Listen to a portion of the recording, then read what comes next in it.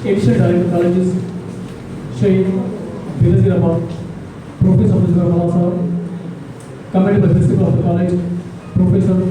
Abdul Ghaffar Firoza, resident and persistent personality of SIN General Secretary TPWS,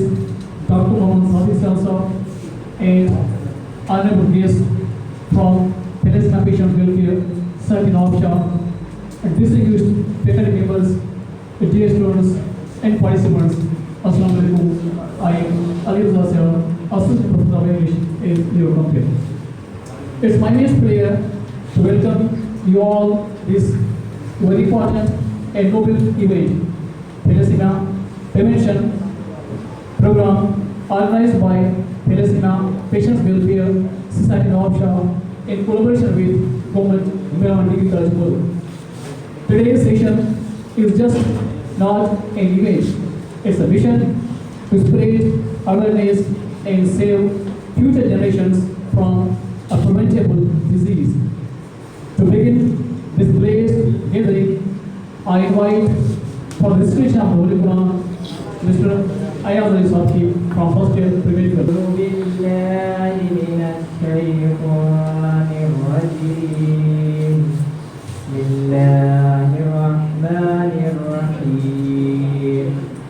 يا أيها المزمل قم الليل إلا قليلا نصفه أو انقص منه قليلا أو زد عليه ورتل القرآن ترتيلا إنا سنلقي عليك قولا ثقيلا إن ناشئة الليل هي أشد وطئا وأقوم قيلا صدق الله العلي العظيم.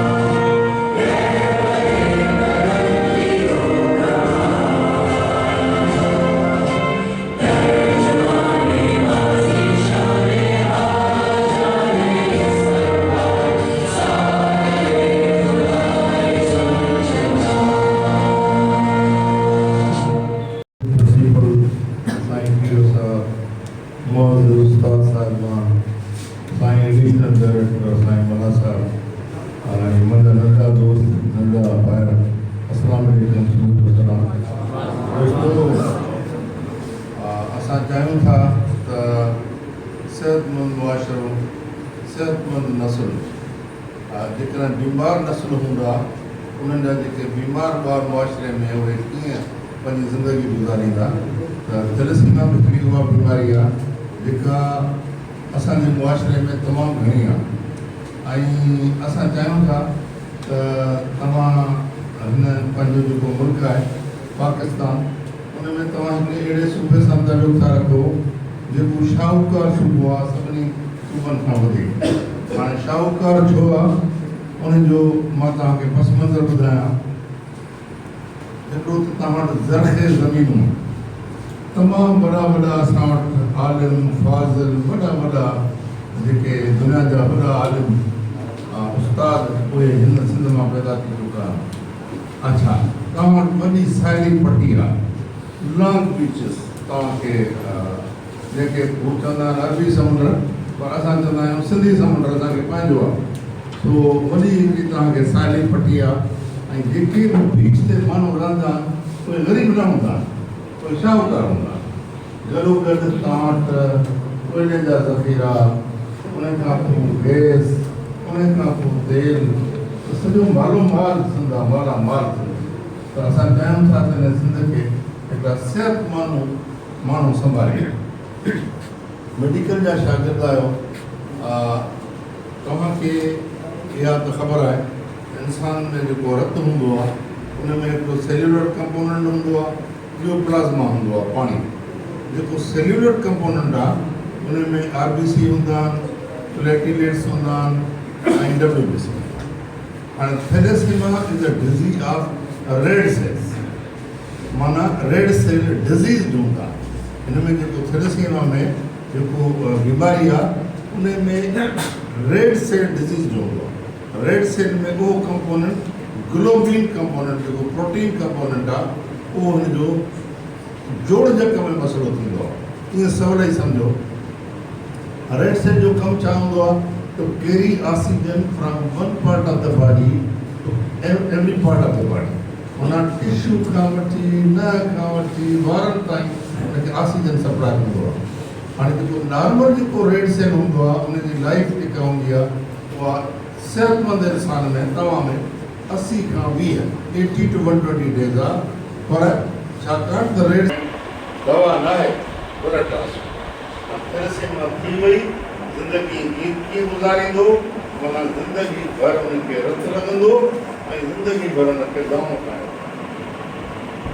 थिए छो थी तव्हां चवंदो साईं असांजे त साईं प्रिंसिपल साहिबु असांखे हिते खणी फिजिक्स केमिस्ट्री जा ऐं इंग्लिश जा क्लास सस्पेंड करे हिते खणी वड़ियो आहे ऐं साईं असांखे चयो असां वञी पढ़ असांखे साईं हिते घुरायो आहे पर तव्हां साईं जा थोरा था थियो तव्हांखे आगाहीअ जे लाइ हिते विहारियोसि अॼु जेका असांजी तव्हांजी टेस्ट कंदासीं उहा प्राइवेट लेबोरेटरी में 3000 थी आहे तव्हां सिर्फ़ु 3 cc रत ॾींदो उन मां ख़बर पवंदी त तव्हां थैलेसीमिया जा कैरियर आहियो या न हाणे पाकिस्तान में थैलेसीमिया जो इंसिडेंस छा आहे 5% कैरियर आहे पेशावर खां वठी कराची ताईं चाहे फीमेल हुजे चाहे मेल हुजे चाहे हिंदू हुजे चाहे मुस्लमान हुजे चाहे क्रिश्चन हुजे all we are carriers irrespective of sex irrespective of religion तंहिंजे करे हिन में माई या मर्द जी ॻाल्हि न आहे 5% तव्हां कैरियर आहियो कैरियर सां शादी कंदो त जेके ॿार पैदा थींदा उन्हनि में थैलेसीमिया हाणे कैरियर छा आहे कैरियर ख़ामोश आहे उनखे पाण खे कुझु न आहे पर खयो पियो करे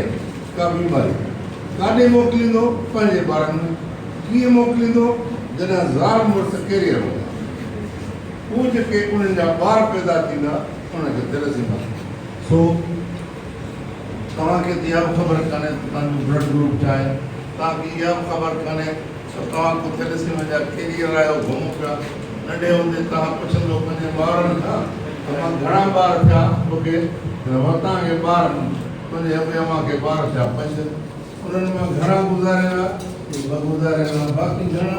3 हाणे 2 गुज़ारे छो न असां गुज़ारे छो न त न गुज़ारींदा थैलेसीमिया नाइस हुई पर डिज़ीज़ हुई उन करे गुज़ारिया असां उनजे पुठियां पैगाम खणी आहियूं तव्हांखे त बाबा असां पाकिस्तान में 95% जेके शादियूं कनि थियूं उहे कज़न मैरिजिस रिलेटिव्स में अरेंज मैरिजिस थी कनि असां नथा चाहियूं अरेंज मैरिज न करियो या कज़न्स न करियो पर टेस्ट ज़रूरु करायो छो था टेस्ट करायो त 5% तव्हां कैरियर आहियो हाणे जेकॾहिं तव्हां नथा करियो त अटी मोटी जेके ॿार पैदा थींदा उहे थैलेसीमिया जा हाणे तव्हां चवंदो साईं हिंदुनि में त पोइ परे परे लिछ में बि पाण में शादी न कराईंदा आहिनि पोइ बाबा मां पहिरीं ॿुधायो त ही जनरल पॉपुलेशन में कैरियर आहे असां गर्ल्स कॉलेज मां थियो पिया अचूं असां घुड़कीअ में हलूं असां मातलीअ में हलूं छोकिरो घुड़कीअ जो छोकिरी मातलीअ जी पाण में तमामु परे परे ताईं हुनजी माइट ईंदा हुई पर जॾहिं शादी कयूं ॿार पैदा थियो त थैलेसीमा जो हाणे इहो किथां आयो इहो किथां ई कोन आयो इहो उतो ई पियो करे हू 5% मातरी में कैरियर घोटड़ी में कैरियर हू फीमेल में या मेल ॿई कैरियर पाण में मिलिया त ॿार जेको थियो थैलेसीमा जो लिहाज़ा तमामु आसान तरीक़ो आहे तव्हां वॾे टीचर आहियो तव्हां ई पढ़ंदो तव्हां ई मुस्तक़बिल में संभालींदो असां नथा चाहियूं त तव्हां इन्हनि तकलीफ़ुनि में गुज़रो मूंखां वधीक जेके मुंहिंजे पोयां जेके स्पीकर आहिनि थोरो वज़ाहत कंदा मुंहिंजो पैगाम सिर्फ़ु तव्हांखे इहो आहे त मङणी करियो उन खां पहिरीं इस्लाह हिकिड़ी ॻाल्हि ॿियो असां थैलेसीमा सेंटर में 2400 ॿार रजिस्टर्ड आहिनि रोज़ थैलेसीमा जे इदारे खे रतु ॾींदो उन्हनि मासूम ॿारनि खे रतु मिलंदो उहे पंहिंजी ज़िंदगी जारी रखंदा मां हिकु दफ़ो वरी तव्हांजो साईं जो थोराईंदो आहियां स्टाफ मेंबर जो थोराईंदो आहियां जो असांखे मौक़ो ॾिनो अथनि असांजो पैगाम तव्हां ताईं पहुचाइणो आहे इंशा ताला तव्हां तवजो सां हिननि खे ॿुधो ऐं तव्हां KCC रतु ॾियो उन खां पोइ उन्हनि जी तव्हांजो साईं इन जी रिज़ल्ट कॾहिं इंशा ताला 7 डेज़ जे अंदरि उहा रिज़ल्ट हिकिड़ो बुक ईंदो साईं वटि उहो साईं खे ॿुधाईंदो त तव्हां मां कैरियर कहिड़ा पोइ तव्हां कैरियर आहिनि जेको तव्हां पंहिंजे वालिद साहिब खे या पंहिंजे वालिद तव्हांजो पढ़ियल आहे उनखे ॿुधायो बाबा थैलेसीमा वारा आया उन्हनि मुंहिंजे नाले ते विया थी कैरियर आहे सो मुंहिंजी कंहिं कैरियर सां छोकिरीअ सां शादी न करे बसि इहो पैगाम आहे इहो चङी तरह ॿुधो वधीक ॿुधण जे लाइ तव्हांखे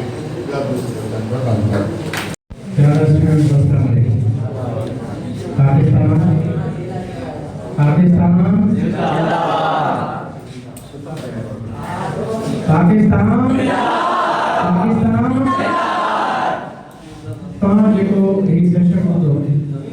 हिन में छा सिखियो कुझु आहे सम्झ में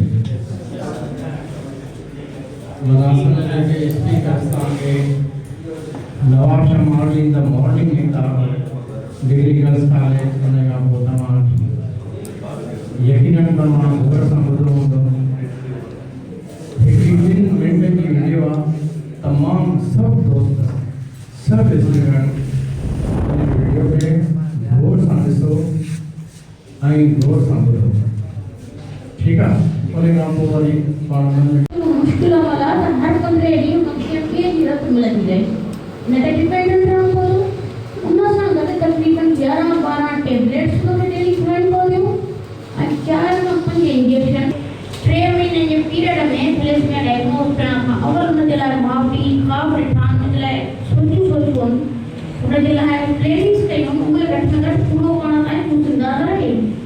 अगर प्रॉपर ट्रीटमेंट थैलेसीमिया ॿारनि खे मिलंदी रहे डॉक्टर उनखे ब्लड डोनेशन मिलंदी रहे मौसलो साथ ॾिए त हू ओतिरो ई जीअंदो जेतिरो तव्हां जीअंदो उहो ई ॿार पैदा थी वियो 3 महीननि जो थी वियो तव्हांखे हिन बैनर ते असां जेके हिकिड़ी स्लोगन नज़र अचे पियो let's test your thalassaemia before it test you हिन ते कोन्हे त पाण ई टेस्ट करायो हिन खां वरी तव्हां टेस्ट अॼु जो मैसेज इहो वाइदो करियो त तव्हां जेके बि दोस्त आहियो पंहिंजे ॿियनि दोस्तनि खे भाइरनि खे कज़न्स खे सभिनी खे हिन जो मैसेज ॾींदो नंबर 3 जॾहिं बि नवाब शाह जो थैलेसीमिया सेंटर विज़िट करियो 100-150 ॿार रोज़ उन्हनि खे free blood free lunch free medicine ऐं free pick and drop facility उन्हनि खे ॾिनी वेंदी आहे तमामु क्लास त हिन कॉलेज में असांखे ब्लड डोनेशन कैंप बि ॾिनी आहे ऐं काफ़ी स्टूडेंट्स असांखे पोएं साल ब्लड डोनेट कयो ऐं इंशाअल्लाह रमज़ान जो महीनो बि अचण वारो आहे जे इन खां अॻु में हिननि ॿारनि जे लाइ साईं जन असांखे हिकिड़ी कैंप ॾींदा ऐं तव्हां सभु क्राइटेरिया फुल हूंदी ब्लड प्रेशर हीमोग्लोबिन वग़ैरह स्क्रीनिंग तव्हांजी फिल थींदी जेको दोस्त फिट हूंदो हुनखे इंशाअल्लाह असां हिननि ॿारनि जे लाइ ब्लड ॾींदासीं हाणे जेको तवजो सां ॿुधो उन and I studied first year engineering. So मां तव्हांखे थैलेसीमिया जे बारे में जेके मूंखे नॉलेज मिली आहे उहा शेयर कंदुसि त साईं जन जो तव्हां ॿुधायो त थैलेसीमिया खां बचाव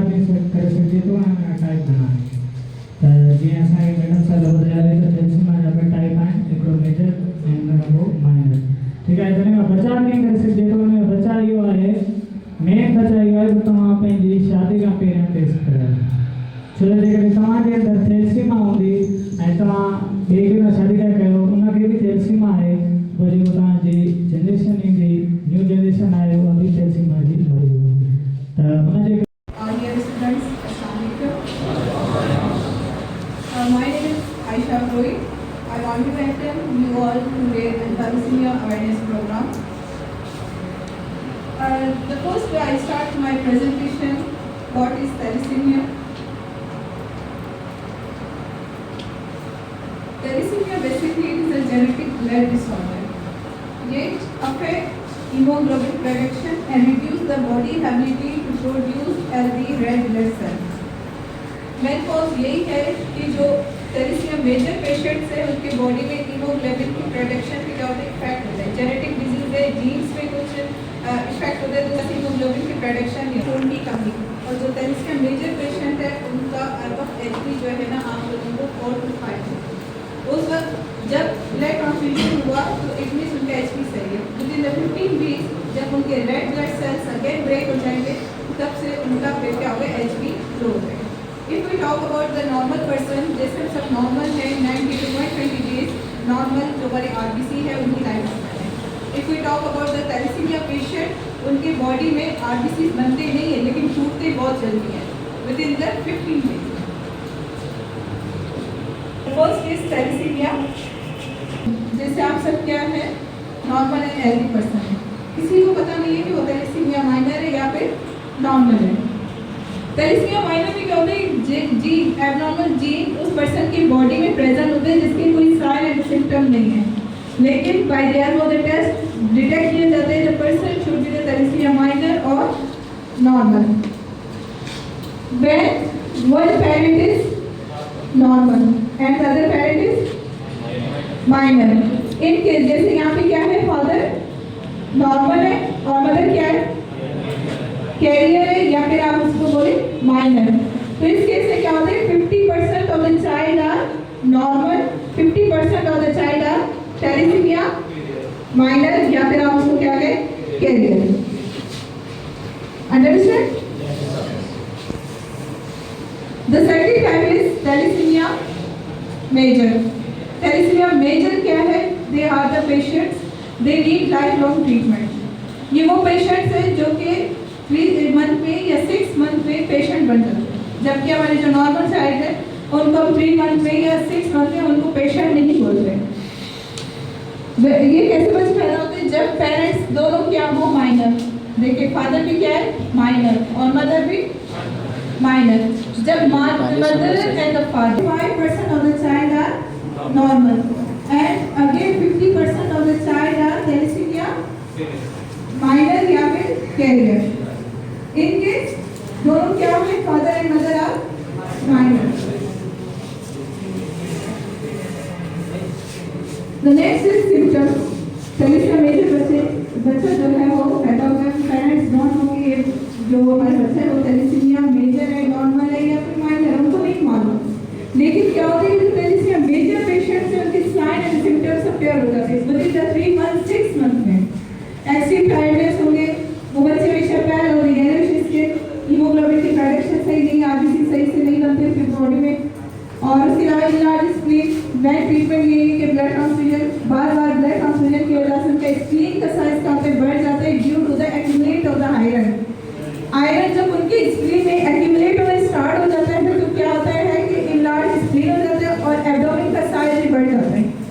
अगर आप इसे किसी ने भी थैलेसीमिया मेजर पेशेंट देखा होगा, वो पेशेंट जिसकी बॉडी में आयरन ओवरलोड है उसका आपको हमेशा एब्डोमेन जो है वो इनलार्ज साइज है। यहाँ तक कि वो बच्चे सही से चल भी नहीं पाते, इतना उनका एब्डोमेन साइज उनकी एज उनके वेट के अकॉर्डिंग से काफी ज्यादा लार्ज। डायग्नोसिस और डिजीज को डायग्नोस किया जाता है वैसे ही थैलेसीमिया माइनर को डिटेक्ट किया जाता है by the help of the simple CBC test. CBC test is 50 to 60% confirm that a person will be a thalassemia minor or normal. The other type is thalassemia major। अगर कोई बच्चा है जिसकी body में दोनों टेस्ट आपके आते हैं हैं primary prevention के। हर डिजीज को प्रिवेंट किया जाता है। प्राइमरी होता है फर्स्ट लेवल, सेकेंडरी है एंड टर्शियरी लेवल। ये test pre marital blood test included haemoglobin electrophoresis, ये आपके पास है primary prevention. Now I talk to about the secondary prevention, genetic testing, जिसका नाम है serious chronic loss sampling. When both the parents are minor और married हो गए, उनका एक बेबी जो है वो थैलेसिमिया मेजर है और वो नहीं चाहते कि कोई दूसरा बेबी उनका क्या हो थैलेसिमिया मेजर हो, तो ये टेस्ट उस वक्त कंडक्ट की जाती है जब फीमेल प्रेग्नेंट होती है 10 to 30 weeks of the pregnancy में। उसमें एक प्रोसीजर किया जाता है जिसमें प्लेसेंटा की टिश्यू है या फिर क्या है नॉर्मल है। इन केस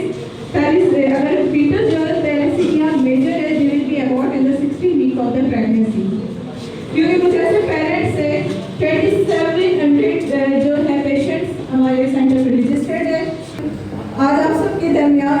एक पेशेंट मौजूद है जिसका नाम है दानिश। वो बर्थडे अपने रूटीन के बारे में सोचते हैं कि अभी कॉलेज जाके दोस्तों के साथ बातें शादी करना है, वो लोग ऐसे नहीं सोचते। आप डेली बेसिस पे फिजिकल एक्टिविटी परफॉर्म कर सकते हो, क्रिकेट खेल सकते हो, अपने फ्रेंड्स के साथ बाहर जाके घूमना फिरना, इट्स योर नॉर्मल रूटीन है। लेकिन थैलेसिमिया मेजर जो पेशेंट्स हैं उनकी रूटीन बिल्कुल अलग है as compare to the normal person. एक और ट्रीटमेंट है जिसका नाम है bone marrow transplant. It's so much expensive है, रेयर है, सक्सेसफुल के बहुत कम चांसेस है। इसमें होते हैं अगर सिबलिंग जो है डोनर जो है आपकी सिबलिंग से अगर मैच है तो ये प्रोसीजर किया जाता है, वरना ये प्रोसीजर परफॉर्म नहीं किया जाता। The main thing is prevention, awareness. Prevention follow किया है प्राइमरी प्रिवेंशन, जिसमें इंक्लूड है प्री मैरिटल ब्लड टेस्ट, यानी शादी से पहले आप सब अपना थैलेसीमिया का टेस्ट करवाए, जिसमें आपको ये पता चले कि आप थैलेसीमिया माइनर है कि नॉर्मल है। एक सिंपल टेस्ट कैसे बोलते हैं खानदानी शजरा, तो उसमें हमें इंक्लूड होते हैं paternal and the maternal side, 4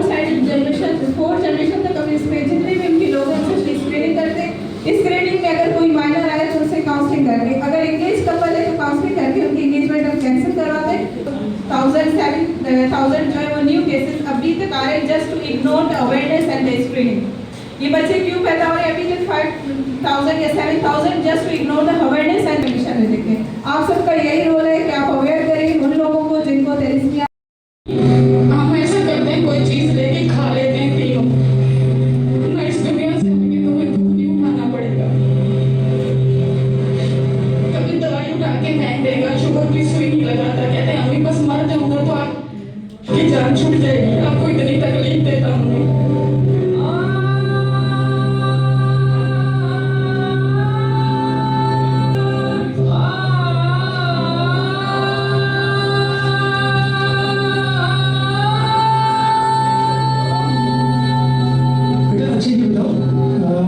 आप जब खेलते हो तो आपको थकते तो नहीं हो? बुखार होता है और खांसी होती है। टांगों में जो बच्चा खेलता है तो टांगों में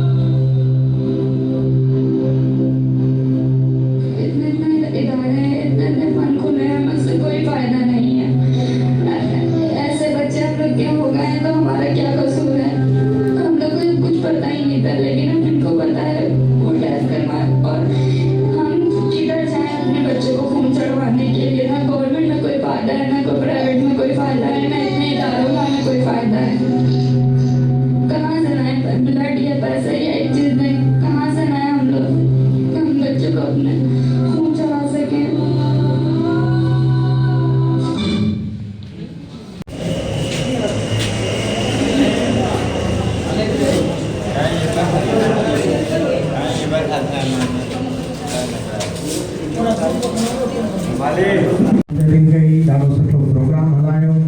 ऐं साईं जे लाइ हिकिड़ो नंढड़ो सो गिफ्ट आहे साईं क़बूल कंदा।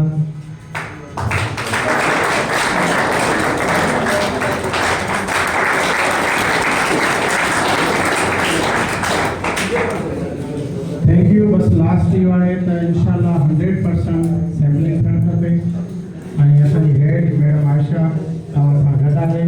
सैम्पलिंग फाइनल करे कोई दवा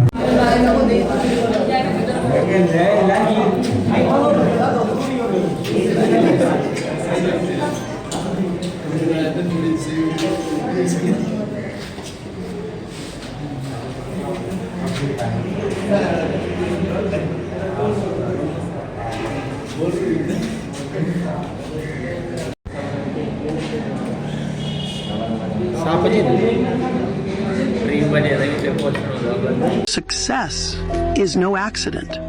It is hard work, perseverance, learning, studying, sacrifice, and most of all, love of what you're doing or learning to do. Remember, every failure